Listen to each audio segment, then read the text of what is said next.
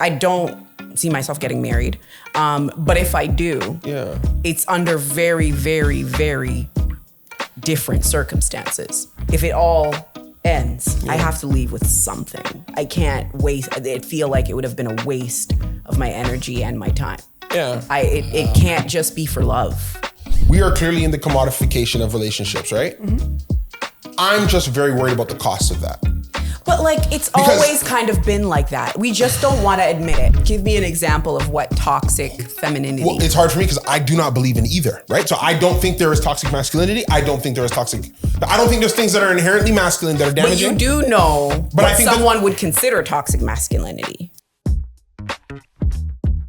I both rub shoulders with, take information from, learn from, and am challenged by the representations and presentations of masculinity that says it is not enough to just wake up in the morning and be a man. You better have achieved something. Mm-hmm. You better have built something. You better be able to be a good father in the achieving and building of those things, which has a level. You better be, even when it comes down to temper. My version of masculinity, I'm scared, not scared. Part of my masculine life is I can't lose my temper. Because the masculinity I was taught is you're so much taller and bigger than everybody that it would terrify anyone if you lost your so you better stay in control. All these things, every day that I wake up as a man, it is a balance of so many things that if you let any one of these things slip, fall by the wayside, you failed. I will say that I think you did touch on part of the solution when you said that women, which is part of the statistic, if he is not what you deserve, leave. Or don't even get into a relationship. Yeah. That is going to start to fix the problem because men are going to be forced to rise up. This is what I agree with. I think if men did not have women to replace women, right, then they would then look within themselves and think, man, I'm not getting any women. I should probably do something about this. A part of me kind of feels sorry for them because it's like they were born in this world. Yeah. You know, like you told me I can have everything. I can have everything. And now I'm entitled to everything. And what do I do now? Yeah. Because they don't want to stay with me. They don't like me no more. They don't like me no more. So I do think part of the solution is for women to stand their ground. Yeah. This is what I require. And if you don't meet it, when you meet it, come back. We'll talk. Okay, but then it goes back to my original point about the feminism point, and then we'll go to the prompt. We're going to have to cut this up good and proper. Yeah. Then we shouldn't have made such an assault on men-only spaces. We should have had more grace for men-only spaces. I don't see anything wrong with male-only spaces. Yeah, which of the male-only spaces do you feel have been assaulted? Oh, boy. Okay. We did it. And I'm not disagreeing with how we did it because we were supposed to do it. The Canadian men's hockey court case had us do a story on locker room culture in hockey. Yeah. The comments on that, I don't think our story did that, but the comments on that was an assault on the men's hockey locker room holistically. Yeah. As opposed to thinking it can be reformed. Oh, I see. As opposed to saying we should have extra coaches in there. As opposed to saying this is what we should do to protect these spaces. What I see in the social conversation is a vilification of the space as a whole. For example, being the dumb football player is not just the football player. It is also a commentary on the stupidity I think was going on in your locker room. Right. This is, do you know what I'm saying? These are the things I'm talking about. Because the classroom is not a male-only space, the university is not a male-only space. So when you talk about the dumb jock, that in and of itself is a violence against that men-only space, in my opinion. Okay. Donald Trump did not help this when he said he was going to grab a woman by her hoo-ha and said that was locker room talk. Yeah. But also he got elected because a bunch of men understood, yes, that's a mistake you make in the locker room. And it was important. And the guy who leaked the audio was a jerk. Because a guy would say that and probably not mean it, but you got to make that mistake in that room. Because how do you know if you don't make that mistake in that room? I'll say two things. Yeah. One is that I do think part of what is happening to young men is that they're mistakes that you and I made in private, that stayed private, that we learned from and got better from, now are everywhere. And if you make a mistake as a young man and it ends up on the internet, you're done. You're done. And I understand the response, why people respond that way. It makes sense.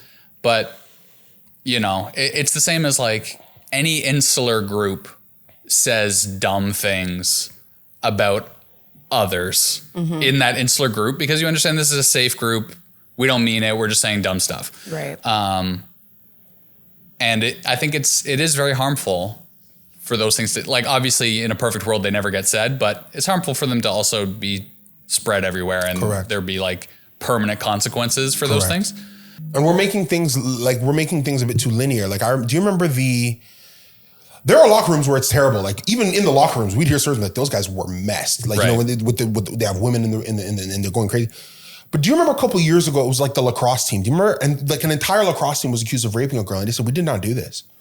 But we were in a climate where nobody believed that it wasn't the case. Right. I think the whole the North Carolina lacrosse team, and a bunch of these guys got kicked out of school. It took many, many years. It didn't happen. Never happened. I don't even think the woman was there. Well, it's difficult because there's also countless instances where they did do it and nothing happened. So it kind of goes both ways. Yep, there is. And I'm not saying, I'm more so saying that we have to reform these things. Yeah. And again, those male-only spaces that produce men that go out and commit gang rape, there's something wrong with the coaches in those spaces. There's something wrong with the culture of the schools in those spaces. Because that also should not happen. There's a book I read that I think everyone should read by Bell Hooks called The Will to Change. And I read it actually because you told me to read it. Yeah, it's incredible. It's like an empathetic look at how patriarchy damages young men. Yeah. And I had to like stop reading it and just reflect every couple of chapters because it felt like a play-by-play of how I grew up. Wow. But it's just interesting to like see someone write, and a feminist writer too, write about how men are conditioned to be the way that we are and how that damages us as well as the women that we often go on to hurt in a number of different ways. Yep. And I'm not being an apologist. If you're a man and you as you say, if you're a man and you've been oppressed by your childhood and you had a bad relationship with your papa and you got beat up in a locker room one time and you got hazed, I still don't understand if you're a sexually assaulting woman. I don't understand this. There's many things that you could do to overcome this, but I think that we as a society need to see the markers of these young men, perhaps in these sometimes dangerous spaces, and do a little bit more work. And I put it on the men, which goes back to my original statement. I do think it takes great men to make great men. We can't just have single mothers and hoping that they're going to turn out great guys. It's hard to do. It's hard to do. That's hard to do. It goes back to the original conversation we're having. I think women have lost faith in men so much that there isn't that earnest Disney, I care about you, let's be together. What can I get from you? I think that what Diddy's interaction says about the interaction between men and women, especially in the Instagram culture, is that across the board, women are looking at men and saying, I don't believe you actually want to make me a serious partner. Forget wife. I don't think you actually want to make me a serious partner. I think that you desire to have access to me because you think you like how I look. And in exchange for that access, I need compensation. Yeah. Yes. This is a business deal. Correct. Yep. And I think that what I'm worried about is the cost of that. So if you're a young woman and you're like, you know what, man, I'm not trying to settle down right now. I'm going to do this, blah, blah. But you spend 5-6 years seeing your interaction with men through that level of commodification. Can you switch it off one day if you want to get married? Is that something you ever get able to do? When you live in a lens of every man that wanted access to me paid for my time in some way. That's what I get worried about. Question. And then if you're a man and you ever think, okay, I want to switch it off one day and I want to get married, do you ever get over the idea that I was able to pay for access to a woman's time in a moment's notice? I didn't have to date. I didn't have to court. I didn't have to deny my own gratification. That's another very powerful thing that men have to know too, that sometimes you go out and you're not going to get none, bro. And the date was great and you did spend a lot of money and the car was nice and she did enjoy the plane. And then she went home and she's entitled to that. She's entitled to that. And there's I feel like the old Hollywood movie. Those old Hollywood movies I used to see where the man would go crazy in the date. And then it would end, she's like, not tonight. And he's like, oh, and he walks away. And there's something about that as well. And we've undercut that now by just 10 grand though. I mean, you're not gonna, what's going, and then like the stories you hear, it's, to me, the Diddy trial is just a culmination of some of the worst things I've seen on the internet of women saying, oh, this guy flew me out to see him. I didn't give him none. He's flying me back. I've heard that many times. I heard that in college. I used to think it was not funny, but you'd be like, but now you're kind of like, This is terrifying. I think that I've actually happened to you? No, well, no. But I kind of have that mentality now too. Which one?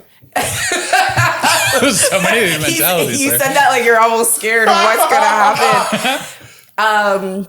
What can I get out of this? That's yeah. What can I get out of this? So like, if I don't see myself getting married, but if I do, it's under very, very, very different circumstances. I have to. If it all ends, I have to leave with something. I can't waste. It feel like it would have been a waste of my energy and my time. Yeah. It can't just be for love. Wow. See, and that's just be for love. Because I feel like back in the day, the reward of the relationship was the relationship itself. No. Yeah, I was gonna say, I think all relationships are based off of what I get out of this, but in a good scenario, you get companionship and love. Even when I'll even say this: I have relationships that it doesn't work that way for women. But it does. No, we lose. Not always. How? I love my stats. Single women live longer than married women.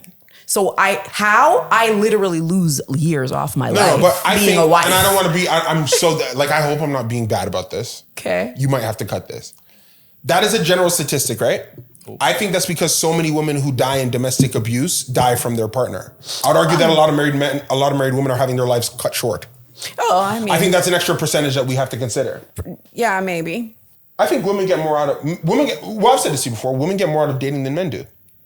Dating, but not marriage. That's why I said I don't think I would be married. The only thing I can get out of marriage, considering my view, that I don't get out of dating is a child. If anything, I'm more responsible for you when we're married than I was when we were dating. It costs me more money. It takes up more of my time. It takes more of my emotional energy. It takes more of my intelligence. It takes more of my capacity when we're married. But that's because that's you. What? That's because it's you. Isn't that everyone? No. Like we were talking about grandma, for example. Yeah.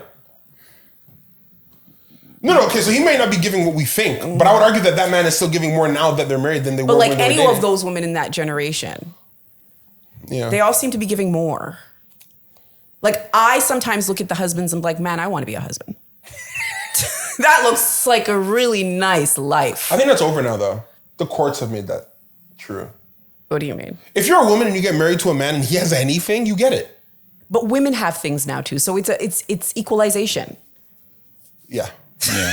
Women like a lot of those women are walking into the relationship with things. So I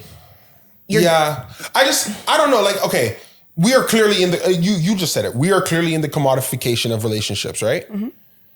I'm just very worried about the cost of that.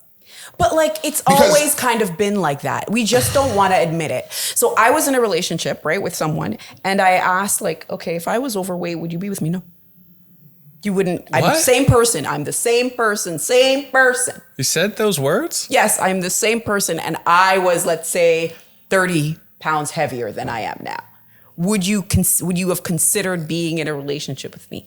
It was a hard no. No, but okay, you changed the question and explained the answer. Did he say, if you got heavier, would I say no? So I asked that. Or did you say, if I was heavier, would you have been interested? Correct. I asked both. So the first was, if I was heavier, would you have, like, you got to know me? But no. Because in the way that we got to know each other, it was kind of like mutual friends and so on. I don't think this one is as bad. Because if I went to a woman and said, you meet me, you like my personality, but I'm broke and I can't live anywhere, she would say, yeah, you would have been an awesome guy, but you would not have been eligible for me because you're not meeting a standard. Which is why I'm saying it's always been commodity. But he said he would leave you if you had gained an extra 30 pounds? He didn't say that. When I asked that, he said, I would see it coming before it gets to that point. And encourage you. What's wrong with these people? Encourage you to change it. That's wild. Essentially, what he's trying to say is, we're not going to happen. Relatively stay like this. It's always been that way. Yeah. But no, I don't think, okay, maybe what I'm saying is that now it feels like a primary. Before I used to feel like, it's like that old Marilyn, I can't remember the movie, but there's a movie where she's like, a man being racist is like a girl being pretty. You wouldn't marry a girl just because she's pretty, but just like a woman wouldn't marry a man just because he's rich, but my goodness, doesn't it help? Yeah. Exactly. I find that quirky, funny, and I understand what that means. It is not the driving factor of why I'm making this decision, but I'm not going to ignore it as an advantage. Sure. Now I feel like people are looking at money and prettiness as the driving factor behind making relationship decisions. That's the part that I'm getting nervous about. Do you think it's easier to have an affair now, and that's part of why this happens? Like, you know, I'm going to marry this guy because he's rich, but I'm going to have an emotional affair on my phone anyways. So, oh wow, what an interesting wrinkle. It doesn't really matter if I'm, you know, I see. I'm getting my money over here. I'm getting my emotions over here. I see. Maybe I go with the girls to a club, meet a guy. Wow. I'm getting my physical needs over here. That's actually. It's a very good point, actually. That is a good point. That's a very good point. And probably because, wow. Because a lot of people are cheating. That's another thing. I get approached by married men and men in relationships more than single men. Right. I kid you not. And I think that's part of my fear, like, or not necessarily fear, but why I'm hesitant to ever be married, because why are so many married men? And they're like, and it's bold. It's not like before, like where they're taking off the, they start off the gate, I'm married. Just so we're clear. Get that out the way. Yeah. I'm in a relationship. Yeah, but I think, yeah. So many things. I think that, wow. I think what's happened in society is that people have demystified sex. Mm-hmm. And I think that sex is not the only and exclusive part of a relationship. So if I have a wife, the reason why she's my wife isn't because she has access to me sexually. So you have access to me. There's a list of 1,000 things that you have access to. Mm-hmm. And I think what's happening, because I'm talking about women that are in relationships where the cheating is happening and they understand it. Mm-hmm. And I'm talking about relationships where the cheating is happening and the men made it a condition. Mm-hmm. What they're pursuing is not another relationship. They're literally just pursuing access to sex. Mm-hmm. Or additional ego. Mm-hmm. But in terms of the list of what's important in a relationship, hasn't been breached. So I asked a woman one time, I said, your husband's cheating? She goes, yes, he's cheating on me. I know he cheats. I said, oh my goodness. How do you, like, she goes, his cheating has no impact on my life. Mm-hmm. What's her life? Like she goes to Pilates. Yeah. So she goes to the mall with her friends. I believe that a woman who knows that her husband's cheating and she feels it has no impact on her life, she doesn't love him. I am convinced she doesn't love him. Oh my gosh. She goes to Pilates when she wants to go to Pilates. Maybe she gets some vacations, lives in a nice house, nice neighborhood. She doesn't love him? She doesn't love him. That's why I'm saying it's always been a commodity. Those women what do you mean she doesn't love him? She doesn't love him. Why does she has kids with him? Mm-hmm. It's her husband. Yeah. She needs the kids. She wants to have the kids. But she doesn't love him. Any woman who is fine with that and feels like it has no impact on my life, she doesn't love him. I am convinced. Women who love men, the man that they're with, they're not okay with that. Okay, but then it goes back to my point. That means you're making sex the primary connecting factor of a relationship. No. Yeah, because cheating is not. You can be in an open marriage and have sex with other people. Cheating is the betrayal aspect. No, but of it. she's You're saying doing that if the woman says, "I know he cheats," they're in an open marriage. He's not hiding anything. You're saying that. So she cheats too? No, she doesn't desire to be sexual with other people. No, because cheating. Cheating is deception, right? Okay, so they're in an open marriage. No, she would have to condone it. She's condoning cheating. It's a condition. Okay, so then they're in an open marriage. Okay, then it's not cheating. That's different then? No, I don't think she loves him.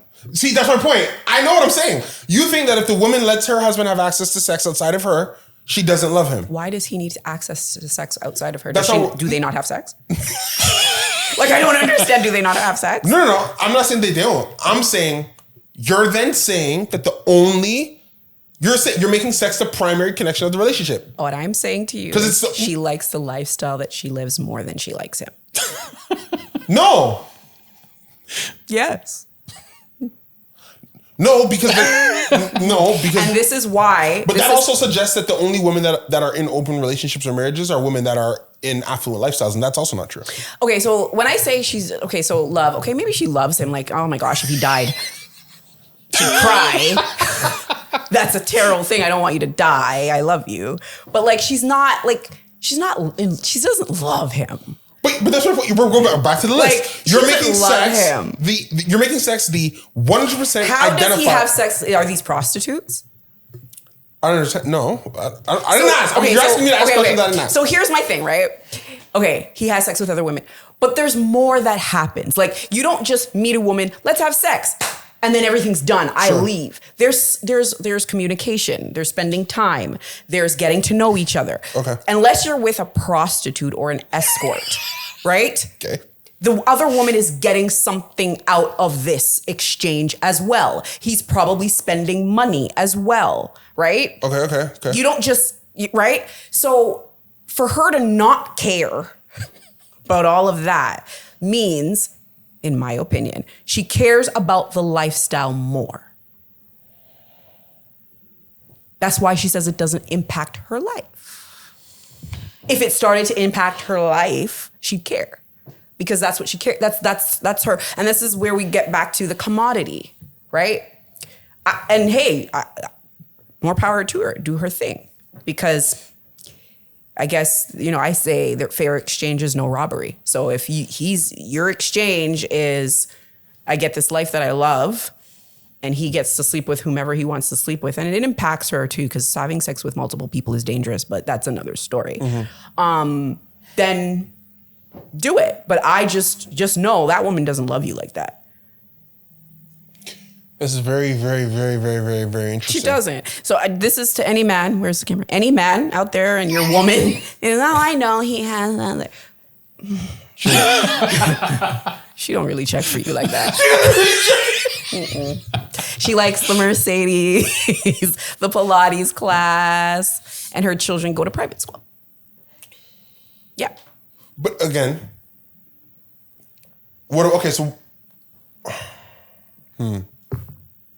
it's very unique. I still think you're just making sex the only identifier, the only connection of a relationship. But what I'm saying is, the only thing that's being breached is that. But it's not unless it's prostitutes. No. So okay, but then I'm assuming if I say he's with prostitutes, you're going to say the same thing. She doesn't love him. Well, I still won't think that it's prostitutes, but it's not just sex. Because so how does that happen? So let's say the general charisma and the kiki and the ha-haing is the same you give to a friend. So if I have a very charismatic, like for example, you know what's crazy? I know you. Matter of fact, I am coming for you right now. I remember one time you were in a relationship, and you had a partner that wasn't affluent. He wasn't a great debater. Mm-hmm. He wasn't a great movies guy. Mm-hmm. And I remember you had a friend on social media. Do you remember this? Mm-hmm. Who used to debate with a bit more. Okay, yes. Do you remember that? Yeah. Okay. Mm-hmm. You weren't cheating. Mm-hmm. It's just that this other person is having this access to you of the debates, but it's not like you're cheating on your partner. Mm-hmm. It wasn't an affront, but this is something you're sharing with another guy that your partner doesn't get. How, right? Yeah. It's not like you don't debate with him, but you want to debate over here too because it's a bit of a different time. Correct. Why is that I'm being facetious, but why is that different than sex? Because that's what I'm saying. You're making sex the primary thing. You're saying that if you share you can't make the assertion that if you share any component of yourself with somebody that's not your partner, you're cheating. You can't make that assertion. Then if you make the assertion of, if you share more than 50% of who you are with somebody else, then it's cheating. Okay, maybe. But if it's not more than 50%. If somebody shares 30%, if I have a charismatic wife and she has a quote unquote guy at work that she's talking with and they're friends, there's a percentage of herself she's sharing with him. I don't see it as cheating. And it's not like I don't love her because of that. Okay. Do you understand what I'm saying? Like how I'm running the parallel? I don't think it fits because sex is how we make children. It is. Right. So what's going to happen if something so he has sex with a woman and she gets pregnant because that's happened before. Are we still cool with this now? Is it not cheating now still? So we have this outside child, bastard child. Okay, sex and you get herpes. Are we okay with that? Well, no, I gave you herpes. No, we're obviously impacting. Yeah, so I think having conversations with somebody and having sex with another person who's not your spouse, I think those are different things. Now, I do think that there is such thing as emotional affairs. I believe in that. that you could be having everything else that you have with your partner, with someone else, and it's not sexual, and that be wrong as well. But I don't think because you have friends or you have coworkers and, you know, you guys do have banters, that's equivalent to cheating.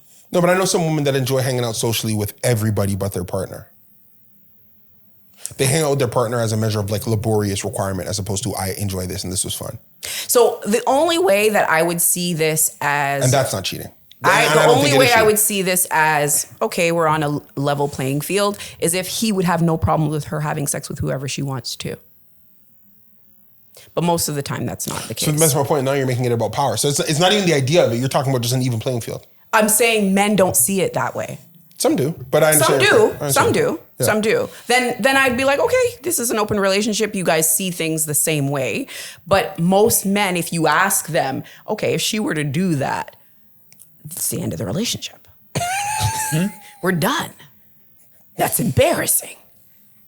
Again, I think that men feel entitled to women. So I stand on 10 toes down. She doesn't really check for you like that. Do you believe in toxic femininity? Okay. No. No. That's like. Do you believe in toxic masculinity? Yes. Do you believe in toxic femininity? No. Okay. How, right? Can that even be true? I don't believe in reverse racism. I don't believe in that. So it's like, you're racist too. There are inherent things that can be toxic about the male experience that are damaging to both themselves and others. Okay, can you give me an example? But there are not things that are inherently damaging about the female experience that are damaging. Maybe I need an example. Give me an example of what toxic femininity. Well, it's hard for me because I do not believe in either, right? So I don't think there is toxic masculinity. I don't think there's things that are inherently masculine that are damaging. But you do know what someone would consider toxic masculinity.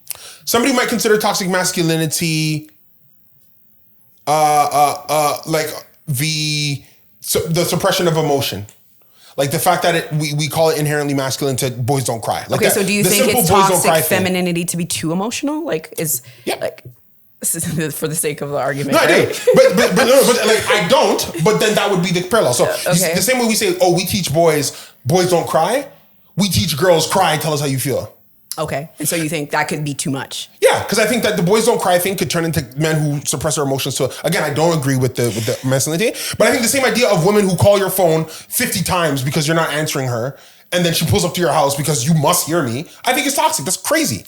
But I think and we tell women that that's okay. I do think you're right that it is toxic and it is crazy, but I don't think that's toxic femininity. But it is because when I ask women, I've had men who do the same things, the same thing.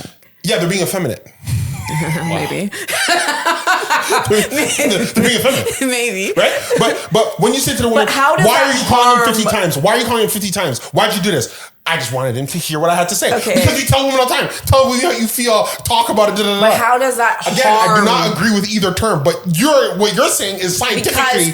It's scientifically unethical what you're doing. No, because okay, so it's similar to how does a woman calling me 65 times and forcing me to hear her impact myself and her? Many ways.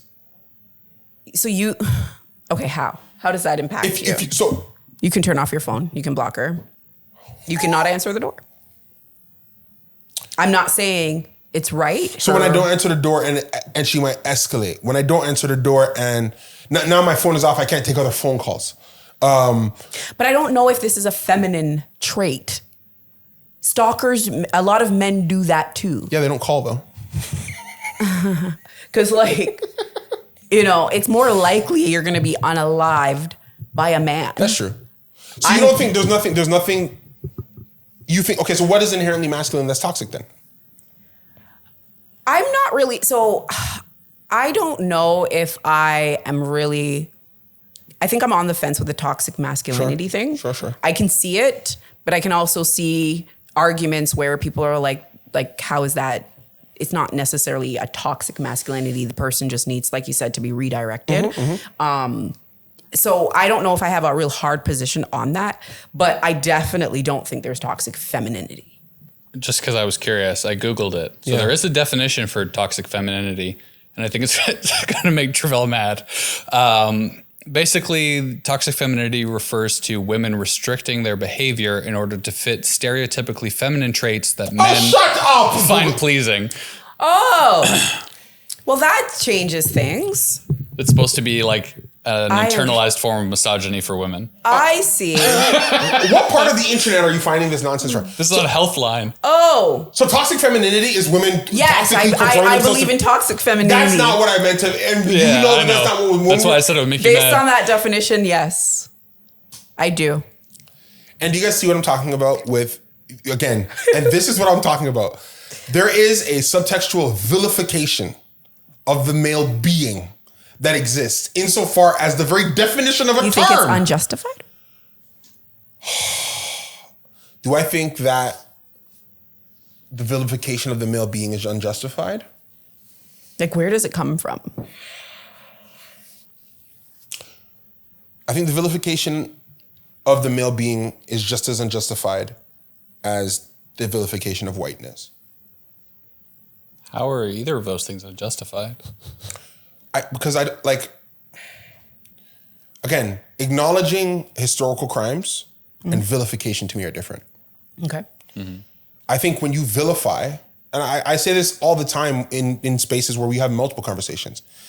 When I've had many friends that are not pigmented like myself, and we've had many conversations that are race related, just like male conversation, where they're making mistakes. They've said something and I'm like, I don't know that they should have said that to me. But because I'm not vilifying you, and because I understand the mistake, and because this is a safe space, we then make that mistake together, we learn, we move forward. I'm sure I've made mistakes talking about whiteness. So I think when we talk about the vilification of, it is to frame in the framework of wrong and villainous, and that all the change exclusively has to be done by yourself. Because every part of you is wrong, or so much of you is wrong, where adjustments need to be made. And I just don't like those type of single source human experiences. I think we could all always be improving to meet closer to one another. I think we all can do work to meet where we all have to be. And acknowledging that you're starting from maybe a place that's further back than myself, or acknowledging that you're from a starting point that maybe, had it where we got a bunch of different work to do, I think is different than saying I'm vilifying your posture in this. Like, okay, so in terms of when I talk about the whiteness thing, I don't like when I get around white people and they just have to, they want to apologize for everything. I'm so sorry. Like, I can't believe it. I agree. Stop, or they feel like they have to talk about race. Yeah, stop. I can't imagine what it was like for you. Like, stop. We're not doing that. It's fine.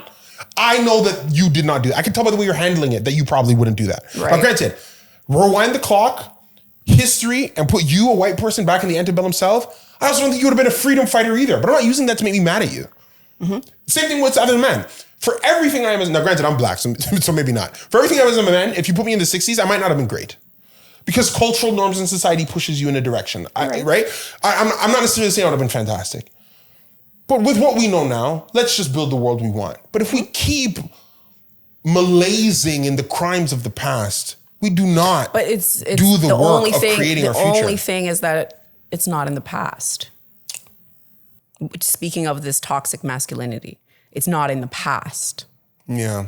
So I think that's where vilification, like you say, comes from. Yeah. Because it's not, okay, but we've done the work and we're here now. Why do we keep talking about, do you guys really want change or not? But there's so much work that needs to be done. Yeah. Okay. No, look, you've made a good point. Obviously, I'm trying to take a position that allows a conversation to move forward. There's a lot of merit to what you're saying. So so how do we move forward? Because I like solutions. How do we move forward? We make sure men ensure that other men are accountable. I think so, yeah. Be a great man so that you can also build up great men. I think so, yeah. Achieve. You don't have access to certain things that I think so, yeah. Like driving the point that you don't just get things. Correct. You have to work, do the work, Correct. whether that's internally or, graduate or get that promotion or to be seeing masculinity as the holistic pursuit of improvement across all avenues, as well as the commitment to providing safe spaces for everybody. I agree with the safe space. I do. Because as a man, especially with society, I think you do have it is more on men to be responsible to create safe spaces, I think, than women, because men are in control of so many spaces. Right. Right? So I think the consistent and fervous pursuit of self-improvement and the incredible commitment to creating safe spaces for all people around you, both those you agree with and disagree with, and the pursuit of those things through the protection and the importance of male-only spaces that I think give men an opportunity to be spit out in that way. And it's kind of similar to, speaking of race, like if you have a friend who's non-Black and they ask, what can I do, right? When you see something, say something. It may hold more weight if you say something than if I say something because I'm the angry Black person. Same thing with men. If you see something, say something. Yeah. That way it will probably land better from another man to say, listen, that's probably not what you should be doing. Try this approach or whatever it is that the situation is. But I actually don't see a lot of men do that. I've had a recent experience and I was floored. Like, so men don't call each other out. They don't say like, what are you doing? This is unacceptable. And it's disheartening. I think we covered a lot there, actually. Yeah. I don't know how, it's going to be an editing nightmare for you. Yeah, we figured out a plan to save the world, though, so we're good. If you like this episode, please subscribe to our feed wherever you get your podcasts, or like, comment, and subscribe on our YouTube page.